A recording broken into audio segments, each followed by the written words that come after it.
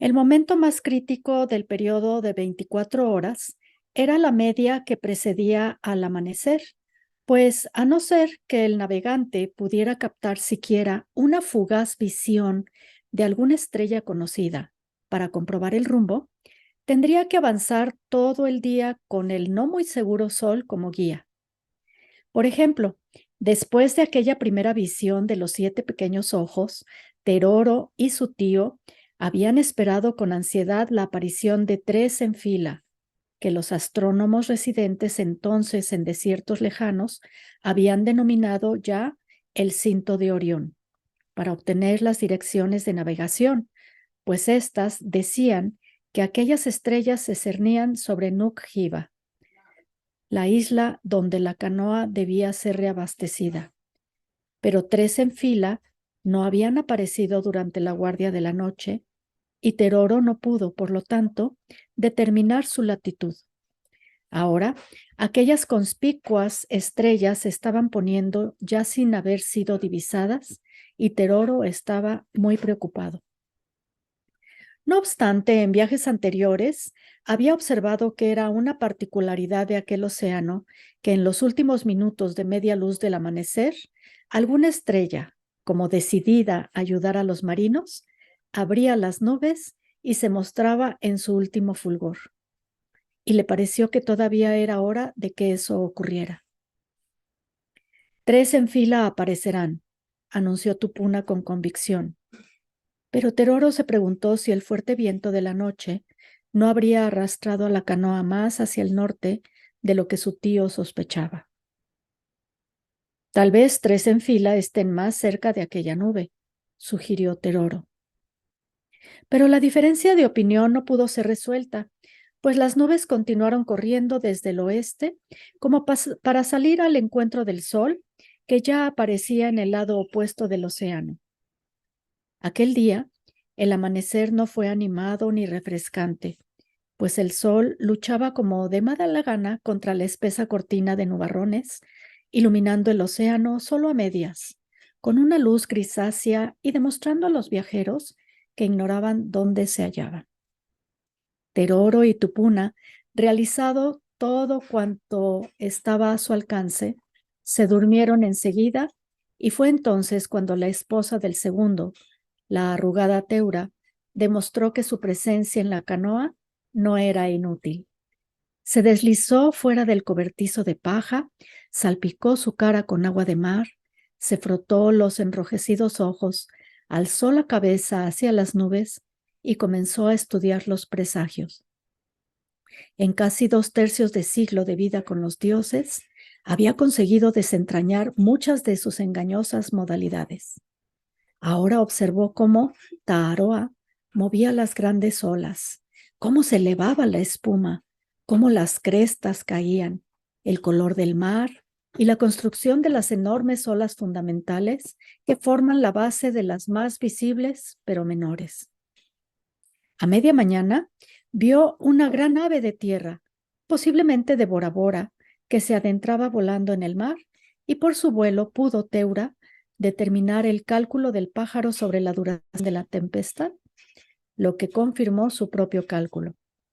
Un trozo de corteza que el mar había arrastrado desde Hawaiki le interesó de manera particular, pues demostraba que el océano tiene una corriente hacia el norte, la cual no se advertía por el viento, que soplaba hacia el nordeste.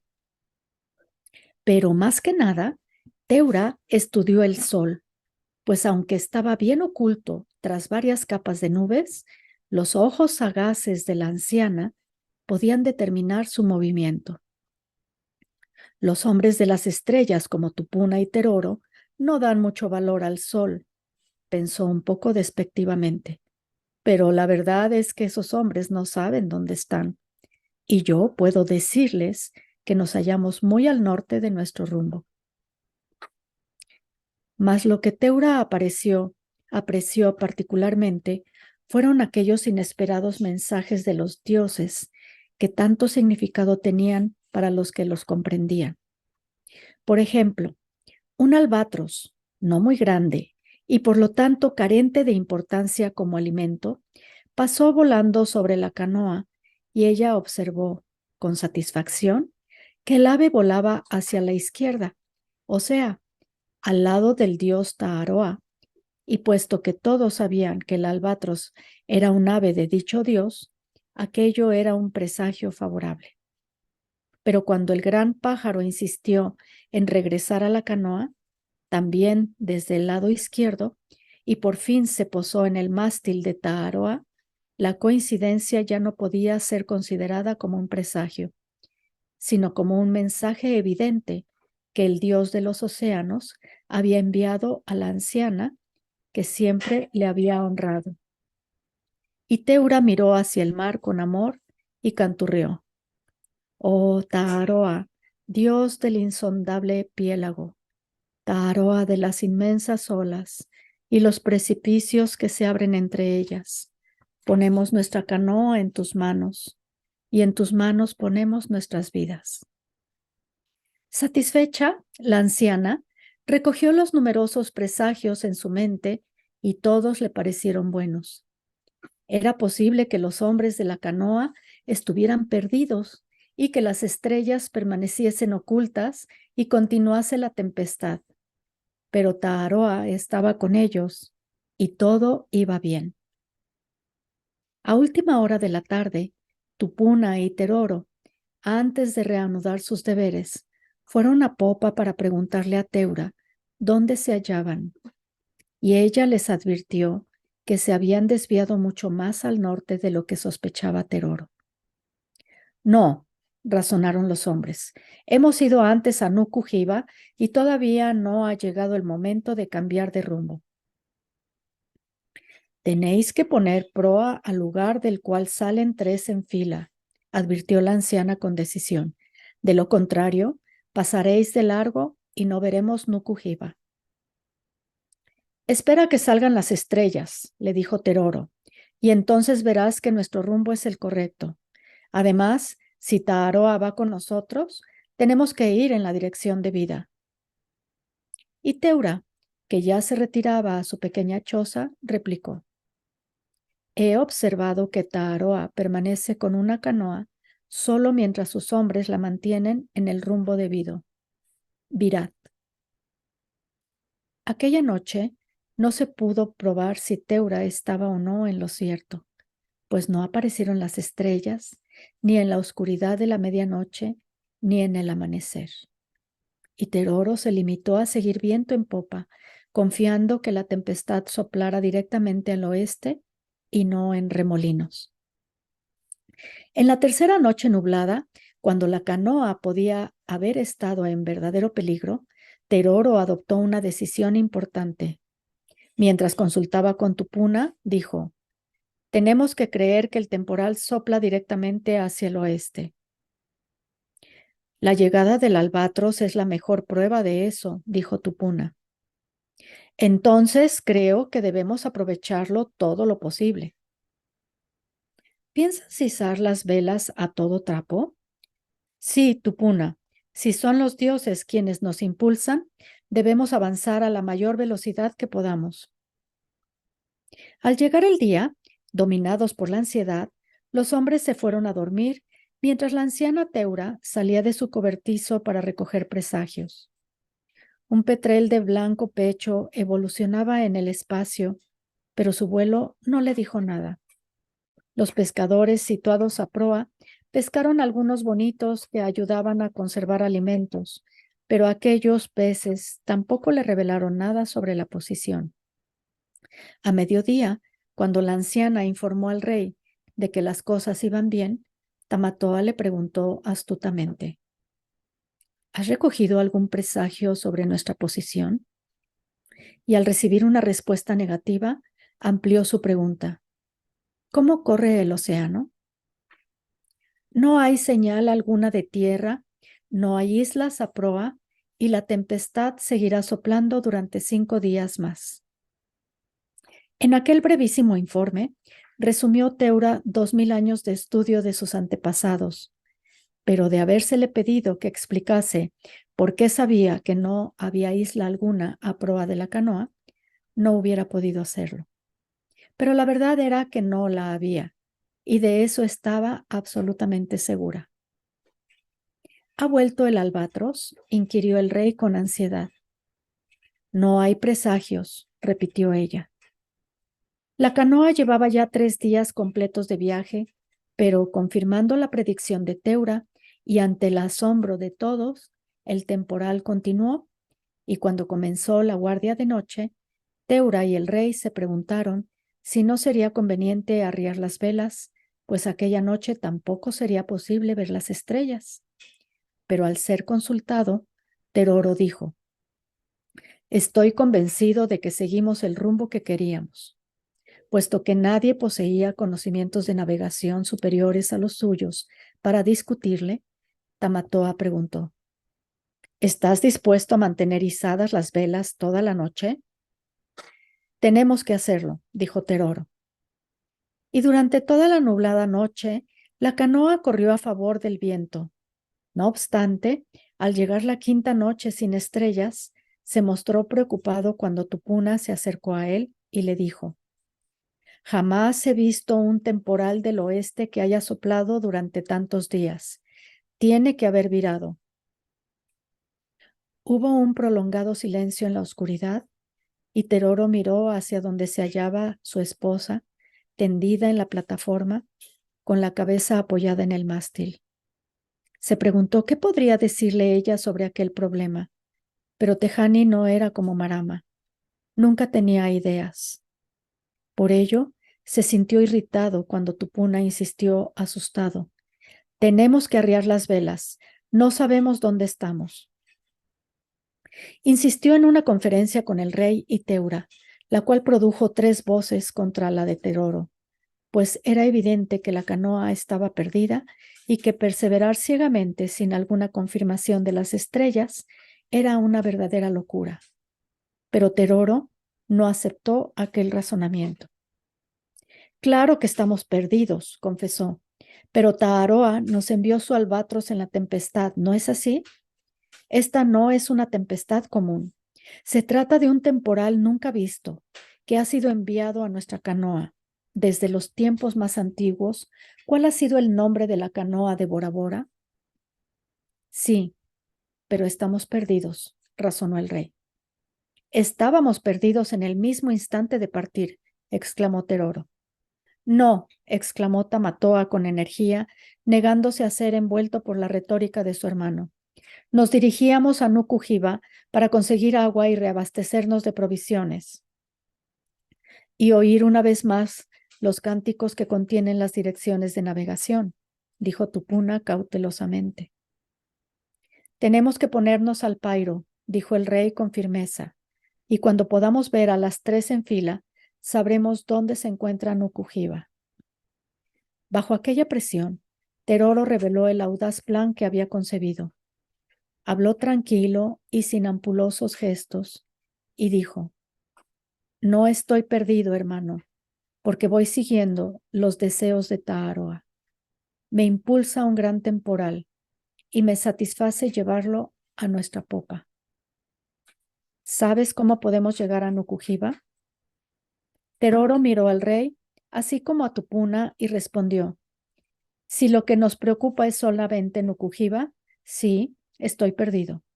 Si vamos a Nukuhiva solamente para conseguir más provisiones y agua, estoy perdido. Pero te pregunto, hermano, ¿necesitamos realmente ir a Nukuhiva? ¿Qué hay allí? Para conseguir agua, tendremos que pelear con los habitantes de la isla y alguno de nosotros morirá. ¿Necesitamos agua? Para conseguir alimentos, tenemos que exponernos a grandes riesgos, y si somos capturados, nos cocinarán vivos para comernos. ¿Necesitamos alimentos? ¿Acaso Taaroa no nos ha enviado peces en abundancia? ¿No nos hemos disciplinado como jamás hombre alguno lo hizo, de tal modo que cada uno come solamente un pequeño bocado por día? Hermano Tamatoa, si el temporal está con nosotros, ¿qué otra cosa necesitamos? Tamatoa resistió la elocuencia de su hermano y preguntó: Entonces, ¿estás perdido? ¿No puedes llevarnos a Nukuhiva? No puedo llevaros a Nukuhiva, pero sí al norte, respondió Teror. Como en apoyo de aquel audaz plan, una repentina y fuerte racha de viento pasó sobre las olas e hinchó las velas, haciendo que la canoa avanzase a gran velocidad, y en ese momento amaneció un nuevo día nublado. Estamos solos en medio del océano, dijo Teroro solemnemente. Estamos empeñados en un viaje especial, y si éste nos lleva a los alrededores de Nukuhiva, muy bien, pues no cabe duda de que los dioses nos impulsan a una gran misión. Hermano, te ruego que permitas que las velas sigan izadas. Después de sopesar todas las posibilidades, Tamatoa accedió a lo que le pedía su hermano y luego dijo: Vamos a descansar. Necesitamos dormir. Así, durante otras 2 noches, la sexta y la séptima del viaje, la canoa avanzó segura en brazos de Taaroa, y en aquellos días sombríos y críticos, todos los ojos estaban fijos siempre en el mástil izquierdo, pues era evidente que no era el hombre, Teroro, sino el dios Taaroa, quien estaba al mando de la embarcación. Y a última hora de la tarde del séptimo día, la anciana adivina Teura divisó un presagio. Al costado izquierdo de la canoa nadaban y saltaban 5 delfines, número propicio de por sí seguidos por un albatros bastante grande que volaba sobre ellos. Aquellas criaturas de Taaroa habían acudido a celebrar la liberación de la canoa de los peligros de la tempestad, pero antes que Teura pudiera dar aviso a sus compañeros sobre aquel presagio tan favorable, ocurrió un acontecimiento de importancia trascendental. Apareció un gran tiburón, no lejos de la canoa, y la siguió perezosamente un momento, como si tratase de llamar la atención de Teura. Cuando ella lo vio, sintió que su corazón se ensanchaba de gozo, pues aquella enorme bestia azulada de los mares había sido desde mucho tiempo su dios personal. Y ahora, mientras los demás estaban entregados a sus respectivas labores, el tiburón se acercó al costado izquierdo de la canoa con su azulada cabeza fuera de las olas. ¿Estáis perdidos, Teura?, preguntó suavemente. Sí, mano, respondió ella, estamos perdidos. ¿Buscáis la isla de Nukuhiva?, inquirió el tiburón. Sí, mano. No la veréis, porque ha quedado tras vosotros muy al sur. ¿Y qué debemos hacer, mano? Esta noche habrá estrellas, Teura, susurró el tiburón, todas las que necesitéis. Completamente satisfecha, la anciana cerró los ojos. Te he estado esperando muchos días, dijo con dulce voz, pero no me sentía perdida del todo, porque sabía que tú tenías que estar velando por nosotros, mano. Os he estado siguiendo, dijo el tiburón. Tus hombres son valientes, Teura, para mantener izadas las velas de esa manera. Teura abrió los ojos y sonrió al gran pez. Me avergüenza decirte que yo me oponía a eso, dijo. Todos cometemos errores, respondió Mano, pero vuestro rumbo es el correcto. Cuando salgan las estrellas lo veréis. Y al pronunciar aquellas palabras, que eran un gran consuelo, el tiburón se alejó de la canoa. ¡Un tiburón!, gritó uno de los remeros. ¿Es ese un buen presagio, Teura? Tamatoa, dijo la anciana con voz tranquila. Esta noche veremos las estrellas. Al decir esto, Teura, 2 pájaros de tierra, de alas con los extremos de color marrón, volaron decididamente hacia el sur, y Tamatoa, al verlos, preguntó: ¿Quiere decir ese vuelo que la tierra que buscamos está lejos hacia el sur? Nunca veremos esa tierra, Tamatoa, pues vamos seguros en otra dirección. ¿No te equivocarás, Teura? Cuando veamos las estrellas esta noche, lo comprobarás. En efecto, como lo había vaticinado Teura, hacia el anochecer las nubes desaparecieron y salió de entre ellas el sol poniente. Mientras se hundía por el horizonte, una profunda alegría invadió la canoa, pues todos alcanzaron a ver, en seguimiento del sol, la estrella vespertina, perfectamente visible hasta en la media luz y seguida por una segunda estrella errante de gran brillo. Y como los dos dioses de los cuales dependía la canoa, las estrellas avanzaron hacia el borde del océano y se perdieron tras él. En la plataforma, el viejo sacerdote Tupuna hizo callar a todos los ocupantes de la canoa y luego, elevando la blanca cabeza al cielo, entonó una oración a Tane, que todos repitieron porque el dios había hecho descender su benevolencia sobre la embarcación. Luego, cuando la oscuridad se hizo más densa sobre el todavía agitado océano y los vientos morían momentáneamente, dejando flácidas las velas, comenzaron a aparecer en lo alto las tan ansiadas estrellas. Primero las grandes y doradas del sur, aquellos faros familiares que mostraban la ruta a Tahití, seguidas por las estrellas fríamente azuladas del norte, que centelleaban en sus lugares acostumbrados y competían con el cuarto de luna. Mientras cada estrella ocupaba su posición, sus amigos de la canoa la saludaban con gritos de reconocimiento y una seguridad que había estado ausente muchos días volvió a reinar en la embarcación. Las estrellas más importantes no habían salido todavía, por lo cual, a pesar del gozo general, los hombres no pudieron reprimir los interrogantes que a menudo los angustiaban. ¿Y si hemos navegado fuera de los cielos que conocemos? ¿Y si los 7 pequeños ojos no salen aquí? Pero al poco tiempo, lentamente, porque no son estrellas muy brillantes, las del grupo sagrado aparecieron en el mismo lugar de siempre. Los 7 pequeños ojos están todavía con nosotros, clamó Tupuna, y el rey, al oírlo, elevó una oración. Entonces los astrólogos se reunieron para leer los presagios y llegaron a la conclusión de que el temporal había soplado de forma sostenida desde el oeste, pero aparentemente se había producido, como había adivinado Teura, una gran desviación hacia el norte, pues los 7 pequeños ojos iban a culminar mucho más arriba en el cielo que lo que hubiera ocurrido de haber seguido la canoa el rumbo directo a Nukuhiva.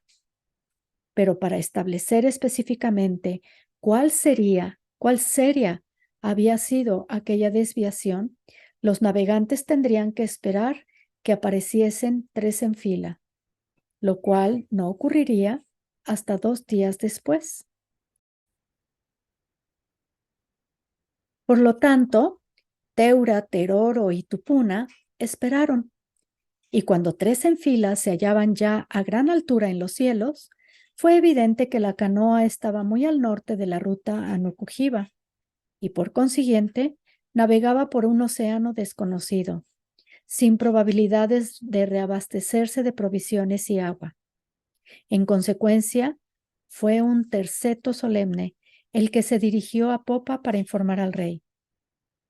La tempestad nos ha arrastrado mucho más rápidamente de lo que se imaginaba Teroro. ¿Entonces estamos perdidos?, preguntó el rey, angustiado.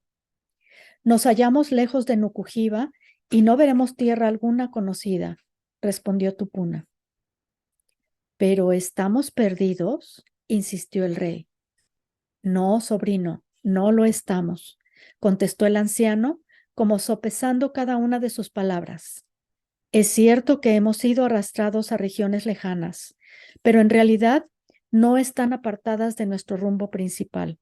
Buscamos una tierra que está debajo de los 7 pequeños ojos y esta noche estamos más cerca de ellos de lo que teníamos derecho a esperar, si no comemos demasiado. Todavía estamos a tiempo de variar nuestro rumbo para encontrar la isla de Nukuhiva, sugirió Tamatoa. Teroro guardó silencio y permitió que Tupuna prosiguiese. No, ya estamos bien encaminados. Sí, pero ¿a dónde? Tupuna repitió el único canto de que había hecho memoria para navegar hacia el norte, el cual decía: mantener la canoa con el temporal de popa hasta que los vientos cesen por completo. Luego poner proa al mar muerto, en el cual los huesos se pudren de calor y no sopla el viento. Remar hasta echar debajo de la nueva estrella, y cuando se levanten los vientos del este, dejarse llevar por ellos hasta encontrar la tierra que está debajo de los 7 pequeños ojos. El rey señaló hacia el norte y preguntó: ¿entonces la tierra que buscamos está allí? Sí, respondió Tupuna. ¿Pero vamos nosotros en este otro rumbo? Preguntó Tamatoa, mientras señalaba al este, a donde les llevaba el viento de la tormenta que ya amainaba. Sí. Aquel rumbo parecía tan extraño que el rey exclamó: ¿podemos estar seguros de que este es el rumbo? No, contestó Tupuna, no podemos estar seguros. Entonces, ¿por qué? Porque los únicos conocimientos que tenemos nos dicen que debemos hacerlo así.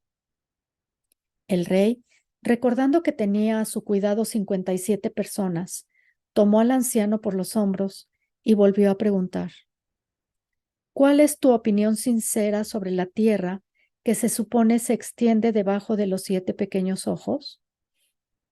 Y el anciano sacerdote respondió: creo que muchas canoas han salido de estas aguas, algunas arrastradas por los temporales y otras, como nosotros, rumbo al destierro, sin que hasta ahora haya regresado un solo hombre. No sabemos si esas canoas llegaron o no a una isla u otra tierra, pero un hombre que tuvo la visión de lo que pudo ocurrir compuso ese canto. Entonces, ¿navegamos con un sueño como guía?, preguntó Tamatoa. Sí, respondió el sacerdote.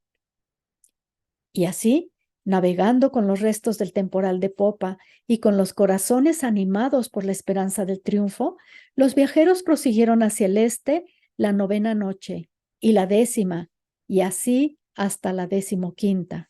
Su veloz canoa, la más veloz de cuantas embarcaciones grandes habían surcado hasta entonces los océanos del mundo, recorrió un promedio de 200 millas diarias, más de 8 millas por hora, día tras día. Navegaron hasta más de la mitad del camino a las tierras donde los aztecas estaban construyendo enormes templos. En la dirección que ahora seguían, no les sería posible encontrar otra tierra que la del continente americano, pero antes que eso sucediese, habrían perecido de hambre y de sed. No obstante, de acuerdo con el plan de Teroro, continuaron. Cada amanecer, cuando se elevaba el sol, sus corazones se llenaban de temor, y cada noche, al salir las estrellas, aquellos corazones se henchían de gozo, porque el día era su enemigo, cuajado de incertidumbres, pero la noche era el consuelo y la seguridad espiritual de las estrellas familiares. Al amainar la tempestad, la rutina de a bordo se estableció más firmemente. Cada amanecer, los 6 esclavos, achicada el agua de la canoa, se dedicaban a su limpieza, mientras los campesinos se movían entre los animales para darles de comer. Los cerdos y los perros recibían la parte del pescado recogido en las primeras horas, además de una pequeña ración de batatas machacadas y agua fresca recogida en las combas de las velas. Las gallinas recibían coco seco y algún pescado, régimen que no les agradaba mucho, pero que el hambre les hacía ingerir. Una vez que las mujeres despertaban en la choza de paja, las esclavas entraban en la misma para las tareas de limpieza. Su misión especial era mantener siempre limpio el rincón del cobertizo, que había sido subdividido en pequeños cubículos para las mujeres que experimentaban su molestia mensual, pues era tabú bajo pena de muerte, que hubiera contacto alguno entre los hombres y las mujeres en tales días. Sin embargo, en general, los tabús que tan rígidamente se imponían en tierra tuvieron que ser suspendidos a bordo de una embarcación tan hacinada como la canoa. Por ejemplo, en tierra, si cualquiera de los remeros hubiese estado tan cerca como del rey como lo estaba ahora, o hubiera pisado su sombra, habría sido muerto inmediatamente. Pero en la canoa el tabú había sido suspendido y algunas veces cuando el rey se movía de un lado a otro, los hombres lo tocaban, aunque al hacerlo retrocedían instintivamente.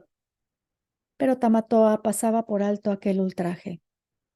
También fueron suspendidos los tabús referentes a los alimentos, ya que a bordo no había nadie de suficiente categoría para prepararlos del rey, como lo requería la costumbre. Tampoco viajaba en la canoa el encargado de la calabaza que hacía las vacas las veces de servicio del rey, por lo cual un esclavo, aterrado ante semejante tarea, tenía que arrojar al mar el resultado de los movimientos intestinales de Tamatoa, ya que le era imposible seguir la antigua costumbre de enterrarlo secretamente en algún bosquecillo sagrado, por temor a que sus enemigos lo encontrasen y conjurasen la muerte del rey por medio de malignos hechizos. Las mujeres eran quienes peor viajaban. Resultaba evidente que los alimentos tenían que ser reservados para los hombres, que debían realizar la pesadísima tarea del remo. También era necesario mantener vivos a los cerdos y perros para poblar la nueva tierra, y ello dejaba muy poco que comer a las mujeres. A eso se debía que, cada vez que les era posible, echasen redes al mar y las cuidasen amorosamente. El primer pez recogido estaba destinado al rey y Teroro, el siguiente a Tupuna y su esposa, los 4 siguientes a los remeros, el 7º y 8º a los cerdos, el 9º a los perros y el 10º a las gallinas. Si había más, las mujeres podían comer. Los alimentos cocinados eran repartidos con gran mezquindad, un trocito cada vez, pero quienes los recibían los consideraban como si fueran deliciosos manjares. Desde muy poco después de haber entrado en la región seca de Calma Chicha, el rey y Teroro hicieron un descubrimiento, el que casi siempre les espera a los viajeros que emprenden viajes azarosos como el de ellos. Cuando la lengua estaba seca y el cuerpo parecía achicharrado por el tremendo calor, cuando todo el ser clamaba por una gota de agua, ocurría con mucha frecuencia que a media o una milla de distancia a derecha o izquierda de la canoa se desataba un chubasco que arrojaba incalculable cantidad de agua en el océano. Pero de nada valía remar furiosamente hacia el lugar donde llovía, pues cuando la canoa llegaba allí, la nube cargada de agua se había alejado para seguir descargándola más allá. Y el resultado era que los hombres quedaban extenuados y más sedientos que antes. Ni siquiera un experto navegante, como lo era Teroro, podía anticipar los caprichos de la lluvia para poder interceptarlos. Lo único que se podía hacer era seguir adelante, con los labios ardientes de deseo, inflamados los ojos, mientras se trataba de olvidar las cascadas de agua que las nubes arrojaban al mar, fuera del alcance de los sedientos. Pero uno podía creer también que si continuaba avanzando decididamente, era seguro que alguno de aquellos chubascos caería sobre la canoa o cerca de ella. En un viaje así, todo contacto sexual era expresamente tabú, pero ello no impedía que el rey mirase a menudo con tiernos ojos a su augusta esposa Natabu. Por su parte, el anciano Tupuna se preocupó de que Teura recibiese parte de los alimentos a él destinados, y en la parte más calurosa del día, hundía a Tejani un buen trozo de tapa en el mar para que se refrescase, y luego la colocaba sobre el cuerpo dormido de su esposo. Durante las noches, cuando salían las estrellas y se fijaba la posición y el rumbo de la canoa, el navegante solía sentarse con frecuencia al lado de la vivaz muchacha que había llevado consigo y le hablaba de Javaiki o de sus años infantiles en Bora Bora, y aunque ella muy pocas veces tenía nada sensato que responder, los dos aprendieron a respetarse y quererse mutuamente. Pero los pensamientos más curiosos entre hombres y mujeres de aquel grupo comprendían a las 12 mujeres no asignadas y a los 34 hombres libres. Tal vez el término no asignadas no sea completamente exacto para describir a las mujeres, puesto que algunas de ellas habían sido en Bora Bora esposas específicas de ciertos hombres, pero en la expedición de Tamatoa y su gente era entendido de antemano que al llegar a la tierra que buscaban, cualquiera de aquellas mujeres aceptaría como sus esposos adicionales a 2 o 3 de los hombres que no tuvieran esposas, y a nadie le parecía raro tal arreglo. De este modo, en el largo viaje, los hombres que no tenían mujeres comenzaron a hacer 2 cosas con toda cautela: entablar las más íntimas relaciones de amistad con los hombres que tenían mujeres, para establecer grupos congeniales de 3 o 4 hombres que más adelante habrían de compartir una mujer como esposa común, o estudiar a las mujeres que no tenían hombres, en un esfuerzo tendente a decidir cuál de ellas podía ser compartida más satisfactoriamente con el grupo al que pertenecía el hombre. De tal manera, antes que llegase el 15º día de viaje, habían comenzado a cristalizar grupos, y sin que se hubiese dicho nada definitivo, se entendía notablemente bien que esta mujer y aquellos 3 hombres construirían una casa para sí y engendrarían hijos comunes, o que la esposa y el esposo aceptarían a aquellos 2 amigos del hombre en una completa e íntima armonía conyugal para mejor poblar la nueva tierra. También se tenía entendido que cada mujer, hasta no llegar a la edad en que ya no le fuera posible tener descendencia, sería mantenida continuamente en estado de gravidez. Y como es natural, lo mismo podía decirse de las cerdas y las perras, pues la tarea más importante de todas era poblar la nueva tierra, si ésta se hallaba despoblada. En la 11ª noche se produjo un acontecimiento que, por el impacto emocional que hizo en aquellos seres que vivían por las estrellas, no tuvo igual en todo el viaje. Ni siquiera el abandono del dios Oro había logrado generar una excitación semejante a la causada por este fenómeno. Una vez establecido el rumbo del día, se hallaban Teroro y Tupuna observando los cielos septentrionales, cuando Tupuna vio, oscilante en el espacio, una nueva estrella, no de las de máximo fulgor, como aquellos faros celestes meridionales, pues los viajeros descubrieron que las estrellas septentrionales les desencantaban por su escaso brillo comparados con el de las meridionales. Pero a pesar de ello, una interesante recién llegada. Mira, cómo está en línea recta con las 2 estrellas de pájaro con el largo cuello, dijo Tupuna, refiriéndose a las estrellas de la Osa Mayor. Al principio, Teroro no pudo situarla, pues parecía bailar hacia arriba y abajo en el horizonte. De pronto, visible sobre las olas, para desaparecer enseguida.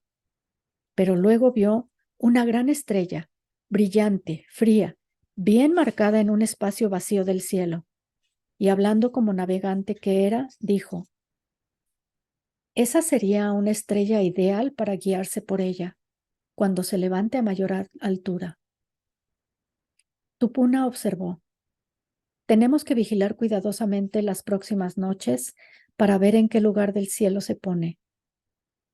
En la 12ª noche, los 2 hombres estudiaron aquella nueva guía, pero al llegar al amanecer, los 2 temían confesarse lo que habían visto, pues tanto uno como otro se dieron cuenta de que habían hallado un presagio de tal magnitud que no era posible hablar de él.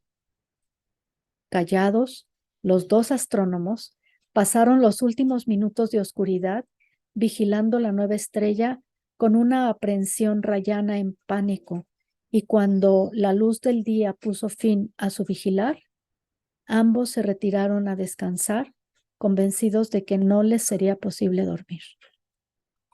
A eso de la media tarde del día siguiente, cuando los dos volvieron a sus lugares de observación para estudiar el cielo, Tupuna dijo: las estrellas tardarán todavía varias horas en salir. Yo estoy observando el sol, mintió Teroro, y cuando Tejani le llevó su ración de agua y se quedó sonriente junto al mástil de Tane, su preocupado esposo ni siquiera le devolvió la sonrisa, por lo cual ella se volvió junto a las demás mujeres. Rápidamente, a eso de las 6 de la tarde, y no con lentitud como en Bora Bora, el sol se hundió en el horizonte y empezaron a brillar las estrellas. Allí estaban los 7 pequeños ojos que bendecían a la canoa, y más tarde 3 en fila, ahora marcadamente hacia el sur, así como las brillantes estrellas de Tahití. Pero lo que los dos hombres observaban era la nueva estrella únicamente. Allí estaba, brillante, y Tupuna y Teroro la estudiaron atentamente por espacio de 9 horas, sin animarse a llegar a la conclusión que era inevitable. Pero cuando hubieron triangulado el cielo de todas las maneras conocidas y una vez que hubieron probado su tesis fuera de toda duda, se vieron obligados a dicha aterradora conclusión. Y fue Tupuna quien le puso palabras. La nueva estrella no se mueve, dijo. Y Teroro confirmó. Es fija. Será mejor que consultemos con el rey, aconsejó el anciano. Pero cuando se dirigieron a popa, encontraron a Tamatoa durmiendo, y ningún hombre osaría jamás despertar a otro bruscamente, por miedo a que el espíritu del durmiente estuviese fuera de su cuerpo y no tuviera tiempo de volver a él a través de los ojos antes del despertar. Un hombre sin su espíritu enloquecería, pero como Tamatoa estaba tan profundamente dormido, su tío se impacientó, pues ansiaba darle la noticia de la estrella fija. ¿No podrías toser?, preguntó Teroro a Teroro, y el navegante lo hizo, pero sin resultado. ¿Qué podríamos hacer para que se dé cuenta de que estamos esperando?, inquirió Tupuna. Salió del cobertizo de paja, tomó uno de los remos y golpeó con él un costado de la canoa, y entonces el rey, como cualquier capitán que oye un ruido extraño a bordo de su nave, se movió intranquilo y dio a su espíritu el tiempo suficiente para que volviese a entrar en su cuerpo. ¿Qué ocurre?, preguntó mientras se sentaba. Un presagio de terrible significado, susurró Tupuna, y mostró con su índice la nueva estrella, a la vez que añadía: no se mueve. Ansiosamente observaron los 3 hombres durante 1 hora, y luego llamaron a la anciana Teura, a quien dijo Tamatoa: Tane ha colocado una estrella en los cielos que no se mueve. ¿Qué puede significar ese presagio? La anciana permaneció por espacio de 1 hora estudiando personalmente la nueva estrella, y al final reconoció que los 3 hombres tenían razón. La estrella no se movía. Pero ¿cómo había que interpretar semejante presagio? Por fin dijo vacilante: Tane es el guardián de las estrellas, y si ha colocado este milagro ante nosotros, es porque desea hablarnos. ¿Cuál será su mensaje?, preguntó el rey aprensivo. Jamás he visto un presagio como este, respondió Teura. ¿Podría significar que Tane ha levantado una barrera fija, inamovible ante nosotros?, preguntó Tamatoa, pues era su responsabilidad mantener el viaje en armonía con la voluntad de los dioses. Otros podrían interpretar erróneamente los presagios, pero él no. Así parecería, replicó Teura. De lo contrario, ¿Para qué estaría ahí esa estrella, firme como una roca? Se apoderó de todos ellos una gran aprensión, pues si el dios Tane se oponía a su viaje, todos tendrían que perecer. Y sin embargo, recordó Tupuna, el canto dice que cuando muere el viento oeste, debemos remar a través del mar sin viento hacia la nueva estrella. ¿No es esa la nueva estrella, fijada ahí para que nosotros la utilicemos como guía?